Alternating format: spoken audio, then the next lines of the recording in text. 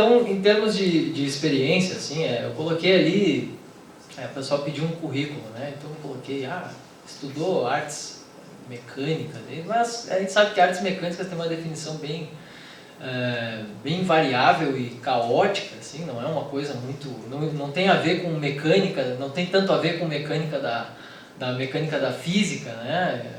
É um símbolo muito mais aberto, muito mais genérico falar em artes mecânicas do que falar na mecânica da física, tá? E artes plásticas também, isso pode ser interpretado de N maneiras. Hoje inclusive entra, né, no currículo de artes plásticas a gente mergulhar cada dedo numa tinta e depois espalhar no quadro, assim, mostrar para todo mundo ou expor ele em algum lugar junto com um vaso, como foi o caso do mictório, aquele, para quem conhece.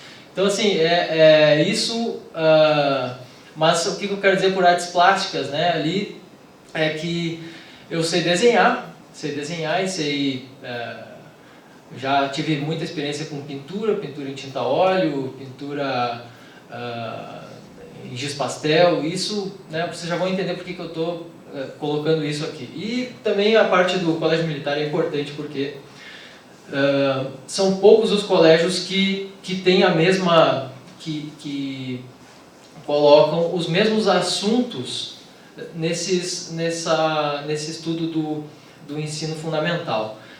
Um deles, e o principal deles, é o desenho geométrico. Tá? Isso vai ser importante aqui para a gente falar do quadrivium.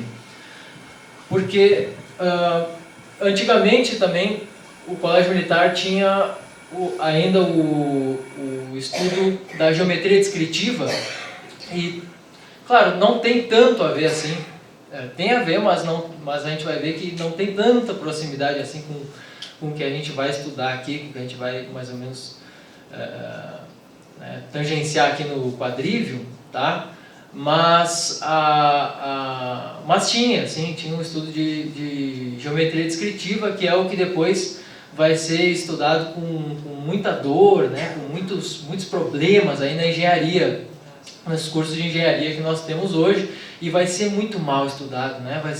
Desculpem, eu conheço o que se aprende de geometria descritiva nesses cursos e é realmente triste de ver assunto geometria sendo tratado como se fosse simplesmente conhecer, associar formas que estão, que nós possamos abstrair de algum objeto qualquer, ou colocar formas de pecinhas de brinquedos, né, encaixar com a mesma geometria, porque às vezes parece que geometria é só isso, né, conhecer figuras regulares e saber reconhecê-las em algum outro lugar. Sim, ali é uma estrelinha, legal.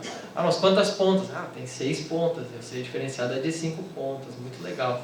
Né? E isso parece às vezes que que geometria, no sentido mais raso, assim, é isso, né? Identificar essas formas muito básicas ali. E na verdade tem bastante diferença, assim, e tem diferença entre nuances, por exemplo, do que eu falei, né, desenho geométrico, com essa geometria aqui do quadrivium, tá? Mas eu ainda não comecei nem a falar o assunto, eu vou ter até que ser bem objetivo, né? Isso é bom porque falar de números é uma coisa que eu não sei o que acontece. Eu acho que o número, ele tem, quando a gente fala em números, ele aciona alguma coisa do sono, assim, e o pessoal tem um pouco, né, de repulso às vezes. Mas a primeira coisa que a gente vai colocar aqui é por que se deve estudar o quadrivium. E essa resposta, é claro, vai ser... eu pensei em abordar agora desde o início, mas ela vai ser muito melhor da gente resumir no final, né, quando a gente já tiver falado aqui das 4 artes do quadrivium. E o que nós estudamos nas 4 artes? Então, nós temos ali uma primeira disciplina de aritmética, que é a do professor Girafales, né? Tá? Mas nós temos ali essa disciplina de aritmética, depois a geometria, a música e a astronomia. Normalmente é apresentado como Normalmente não, mas é quase que uma divisão 50-50. Às vezes é apresentado como na ordem aritmética, geometria, depois astronomia, depois, ou melhor, antes a música, depois a astronomia, né? E eu vou apresentar aqui primeiro a astronomia, dar uma pincelada de astronomia, depois da música, tá? Então, para falar aqui da aritmética, primeiro a gente precisa entender uma coisa muito que parece básica, mas ela tem diferenças bem importantes, tá? Um número não é o símbolo número, não é um signo. Isso é uma coisa que vamos falar aqui, vamos começar com esse assunto, a equação de primeiro grau. Aposto que todo mundo já fez alguma no colégio. A gente tem lá x menos 1 igual a 3, né? E o que a gente tem com esse símbolo de igualdade? Tá? A gente tem uma relação, tá? Uma relação pode ser entre um número e outro, um número é igual ao outro, ou uma igualdade ali, quase que essa equação ainda pressupõe uma igualdade simétrica, né? Então a gente tem na esquerda desse sinal de igualdade, nós temos um resultado que é o mesmo da direita, né? Ótimo, nós agora conseguimos, com as 4 operações, resolver essa equação. Certo, mas isso não nos adianta muito quando a gente fala aqui dessa aritmética do quadrívio. Essa aritmética do quadrívio, então, o objetivo dela parece muito básico, mas, no entanto, é o que não acontece muito bem hoje, tá? Que é conhecer os números. O que é conhecer os números? Não é só dar uma definição de número, né? Como, por exemplo, número como uma abstração, ou como dizer que o propósito da aritmética é nos ensinar a natureza do número abstrato e seus acidentes, tá? Nós sabemos que a palavra abstrair, muitas vezes tem uma grande confusão com abstrair. Tem até aquelas expressões assim, abstrai, como quem diz assim, esquece alguma coisa, mas isso não tem... talvez um dia ela tenha feito mais sentido, né? Mas abstrair, nós podemos dizer que nós temos nessa palavra essa preposição abs, mas já o Mateus pode até me corrigir se for necessário, mas nós temos aí uma preposição antiga, né, que depois a gente vai ver mais como ab, e nós temos ali o que a gente chama de supinum, né, tractum, de traere, tá? Então, quando nós vemos alguma coisa desse mundo do que a gente pode dizer da realidade material, nossa, aqui as coisas que nós podemos tocar, né, ver, nós podemos arrancar delas algumas outras, mas que não são materiais. Mas nós arrancamos, nós trazemos para nós aquilo, tá? Ou nós recortamos, como o próprio professor Olavo gosta de usar muito, né? É um recorte disso, daquilo. Digamos assim que esses recortes, às vezes eles viram um papel picoteado, né? Uma revista picoteada que depois quando as crianças cortam tudo, né? E já se confundem absolutamente com tudo que está ali. Essa condição do número é muito interessante porque ele é um recorte, sim, né? Ele é uma abstração, só que é uma abstração que está no cotidiano já há muitos anos, já está a gente tem na literatura isso desde 800 a.C., né? Nós já vamos ver a discussão de Platão no livro do Mito da Caverna, discutindo sobre o fato de saber os números, né? e ser um bom general, como na expedição de Agamemnon. Mas, então, o que é saber os números, conhecer os números? Conhecer os números é, em suma, conhecer a potência dos números, do que eles são capazes, do que eles são compostos. É claro que alguns podem ser compostos de operações, e também saber diferenciar algumas coisas, né? Aristóteles é que vai classificar o número, a capacidade de abstrair números, né, como uma abstração de segundo grau, tá? Que seria a de primeiro grau é saber que nós enxergamos ali uma coisa e ela é separada das outras, ela é individual das outras. Esse seria o primeiro grau de abstração. Eu tenho essa mesa inteira e eu consigo saber que isso aqui é uma garrafa, certo? A segunda é saber que tem duas garrafas.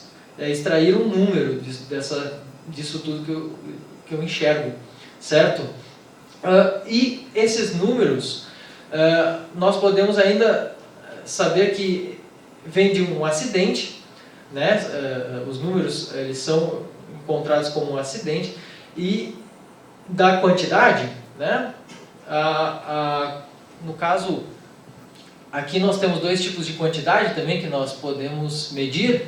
Nós temos a quantidade contínua e a quantidade discreta. A quantidade contínua diz respeito àquilo que pode ser dividido infinitamente, e a quantidade discreta, aquilo que não pode ser dividido. Se eu dividir um homem em duas partes, eu vou matar esse homem e não teremos dois homens, né? Não teremos 50% de homem e depois 50%. Não, nós continuaremos tendo um homem, né? Então isso diz respeito ao que é a quantidade discreta, certo? E, bom, para conhecer os números se dava nesse antigo ensino da aritmética uma série de classificações, nós dividíamos esses números digamos, em espécies, né? Então, como que se divide um número em espécie? Como nós podemos... Bom, aqui nós conhecemos usualmente par e ímpar. Nós temos aqui esses dois tipos, né? Um número pode ser par, um número pode ser ímpar. Mas, quando nós vemos esse estudo antigo, nós já temos uma divisão muito maior, né, nos números pares e ímpares. Nós temos aqui como falar desses números e dar nome a esses tipos de números. Nós podemos dar nome a todos os tipos de números ímpares e a todos os tipos de números pares. E provavelmente a um aluno fosse cobrado dizer de que tipo é tal número. Então, notem que no máximo que nós fizemos nesse sentido, nós nunca demos nomes a cada uma dessas espécies de números, mas no colégio nós temos aqueles MMCs, MDCs, né? O mínimo múltiplo comum, o máximo divisor comum.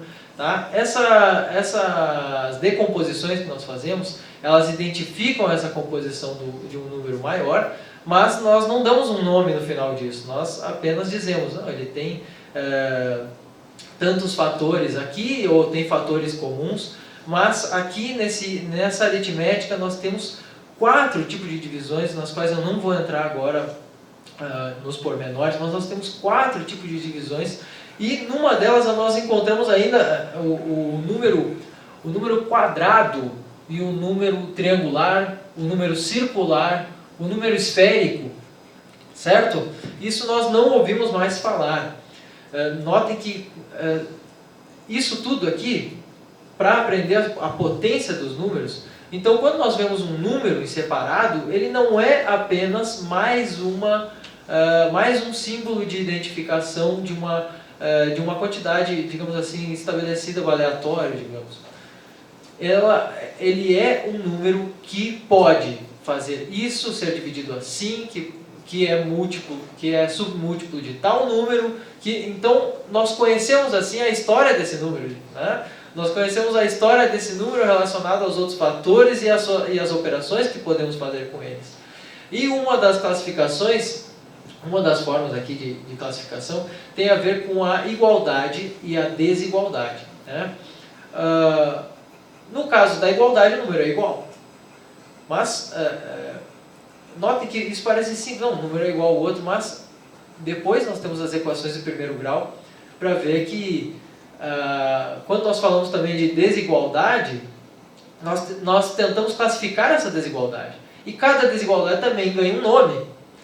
Então nós damos nomes a esses acidentes, né? Nós damos nomes a isso que acontece com os números, a isso que forma esses números. E isso vai ser extremamente importante para a aritmética.